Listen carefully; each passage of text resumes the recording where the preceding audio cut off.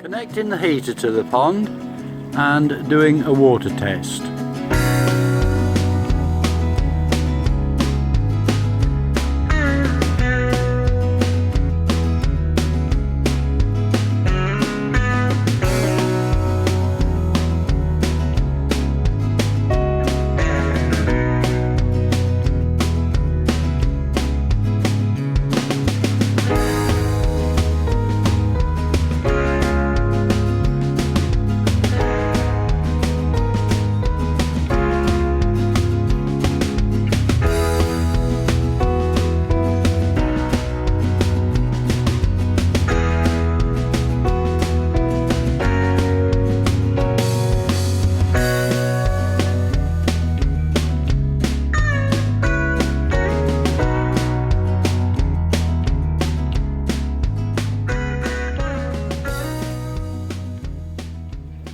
Well guys, as you'll know, it's that time of year where we want to get all the rubbish and debris out the bottom of the pond. Winter's starting to come. The pond temperature's dropped to about 12 degrees, so we are getting down there now. So now's the time to start sorting the pond out, ready for winter. I've not got a lot to clear out as it's a new pond, but it does want a little bit of a hoover around and a tidy up. But what I really want to do is do a water test on the pond. Last time I did a water test, my nitrates had risen slightly, so I want to do another check on them. I want to keep my eye on them. Because this filter system that we use is so efficient at getting rid of ammonia and nitrites, it does leave you with the nitrates. So I'm going to do it again this week and check it and see how we go. And if it needs treatment, I've got some stuff to put in, which I will show you. And we'll see how that works. I'll do a check on it 3 or 4 days after I've done it. As you may know, lilies aren't the best plants for using up your nitrates. They don't help your pond a lot at all really. They're not the best plants to use.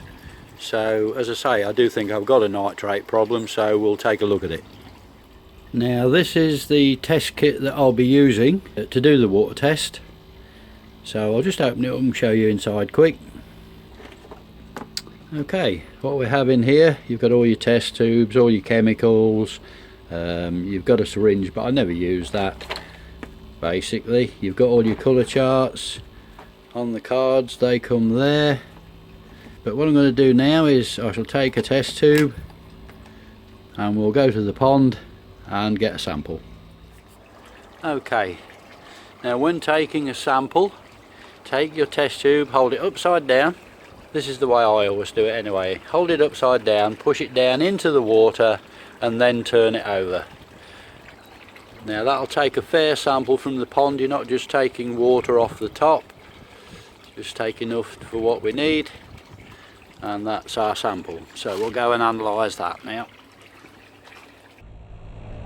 Okay guys, we have our 3 pots of water. Now with this test kit you have a 10ml sample, a 5ml sample and a 10ml sample. So we're going to be doing ammonia, nitrite and nitrate. So first of all I'm going to do the ammonia. So we get the ammonia, the tube 1, give it a shake and 5 drops. 1, 2, 3, 4, 5. 5 drops of number 1. Give the test tube a little shake. 5 drops of number 2. 1, 2, 3, 4, 5. Give it another little shake. And 5 drops of number 3. 1, 2, 3, 4, 5. Right, that's all them in. We then put the lid on, give it a little shake and stand that to one side for 10 minutes. So now we'll move on to the nitrite. There's only 1 tube for nitrite, so we'll give that a little shake. 5 drops again. 1, 2, 3, 4, 5. That's the nitrite one done. Give that a little shake. Stand that for 5 minutes. So you've got 10 minutes and 5 minutes. And now we'll do the nitrate, which is a little bit more complicated. We want 5 drops of number 1. 1, 2, 3, 4, 5. Give it a little shake. 5 drops of number 2. 1, 2, 3, 4, 5. Now we have to put some like metal filings in there. So there is a little spoon they provide. So we want this little spoon.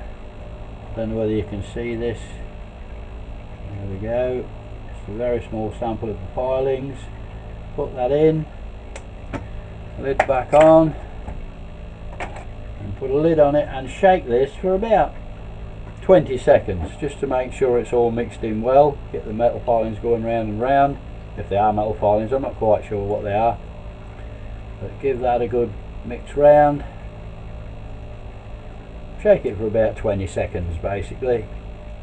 Okay, leave that one for 10 minutes. So they're all on the clock now. We'll come back in 10 minutes time.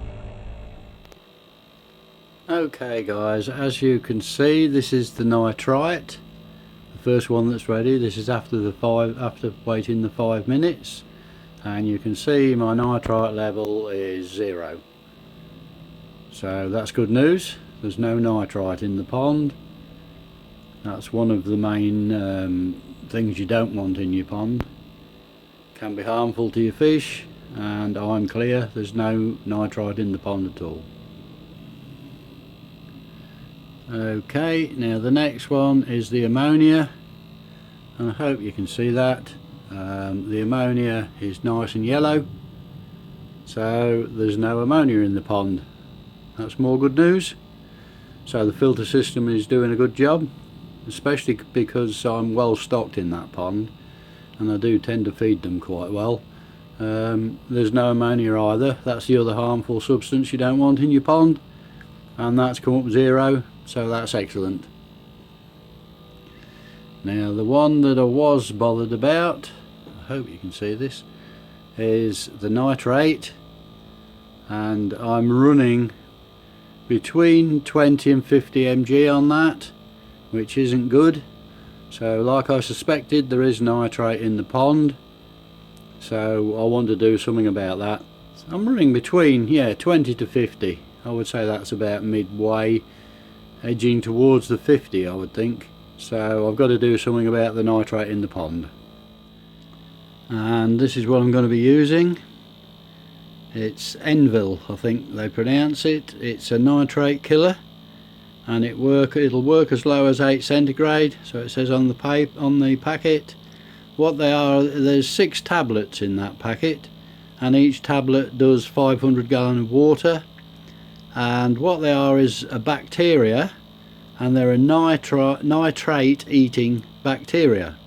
So I thought, well, I'll get a pack and we'll give them a go. I'm going to put 4 tablets in the pond, get my watering can, mix the tablets, let them dissolve in the watering can, and then add them to the pond, and that should, so they say, cure my nitrate problem. Okay, now I've got the tablets. I've got a can full of pond water, so open the packet.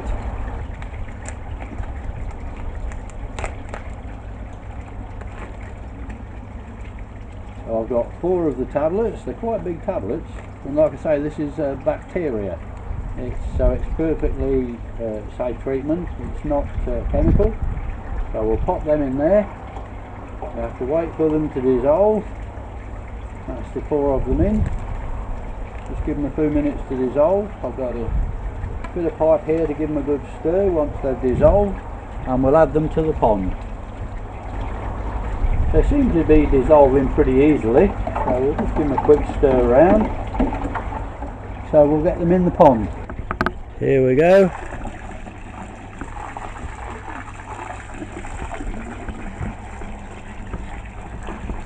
We'll get this added to the pond. but this is supposed to be totally safe.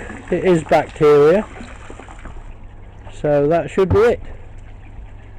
I'll keep you guys informed on how it goes, and we'll do a test, like I say, in a couple of days time, and again a couple of days after that, and just monitor it basically and see if it does what it says on the tin.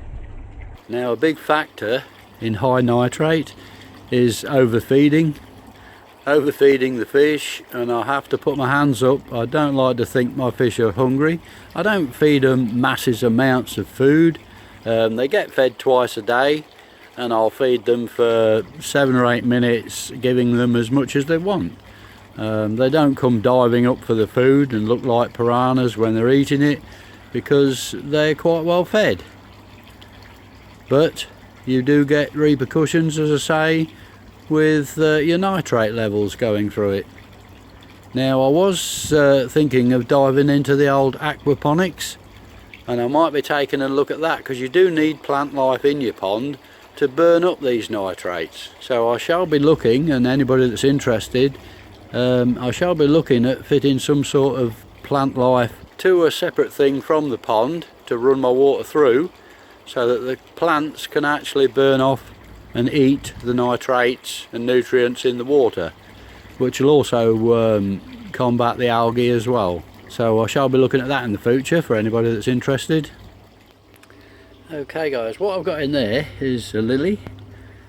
I've just put new soil in it, topped it up with soil. Now, I hadn't got enough big gravel to put on the top, so what I thought I'd do is put it back in the pond and add the gravel when I get some. So I actually did that, topped it up with soil, put the what gravel I'd got back on the top. I use the bigger gravel because it tends to keep them away from the soil better. Gently lowered it back into the pond and went back 5 minutes later, and let me show you what it's like. And this is what they've done to my pond. I can't see a thing in it, and that was within 5 minutes of putting that lily basket in the pond. What a mess. I mean, I'm not too worried, the filters will clear it, but the little devils, that was within 5 minutes because there wasn't enough big gravel on top of that lily. I now can't see a thing in my pond. But there you go, that's koi for you. I mean, they've really enjoyed themselves. They've clouded my pond totally. They must have been having a whale of a time in that lily basket. Right guys, I just want to take you and show you something that I'm building in the filter house. Okay, as you know, it comes into that pressure filter and up to the pump. Now this year, as I said before, I do want to put a heater on the pond.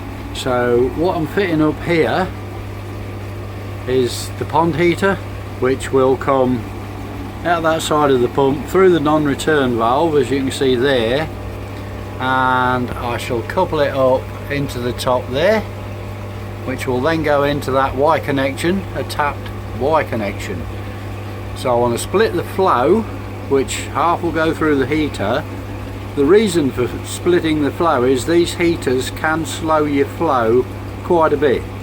So what I'm going for is dual flow. So I'm going to send half of the water through the heater, which will go through the heater, round, and then to the filter, straight across to the filter. And then obviously the other half, out the other side, will come out the other side of the Y valve, which I can control. I control the flow, what sort of flow I put out to either side, and that will go across and into the UV. As you can see, I've just put the flexi pipe out of the way for now, so it can all stay working while I get this built, so that I can have my filter off the least amount of time. That's what I'm going to have a go at this winter, and see if I can keep the pond really above 10 degrees, that's all. I'm not going to actually heat the water up. I just don't want it falling any lower than sort of 10 degrees. 10 degrees is a good temperature for them. They will easily stand that. I've got a little bit of lagging to do outside on the pipe work. Most of it's underground, so that won't matter. And I shall see if I can cover the pond over somehow. try to insulate it a little bit if possible. Okay guys, what we have here is the plumbing done. So I'll just go through it with you just to show you what I've done.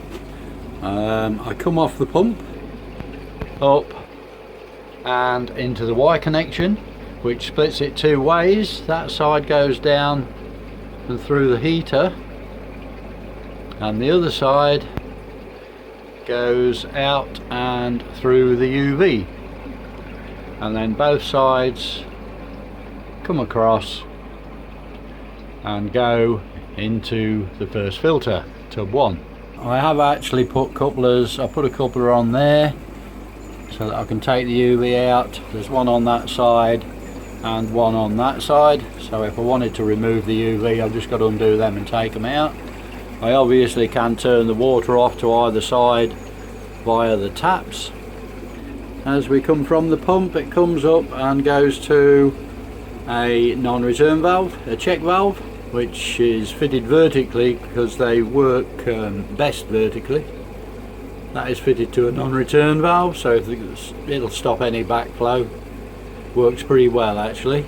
So we're going to be turning it on and see how many leaks I've got. So just bear with me, I'm going to open the valve at the bottom. I've got a gate valve down there. Open that and switch on and see how things go. So it's all up and running now. I've got a slight leak there, I can see.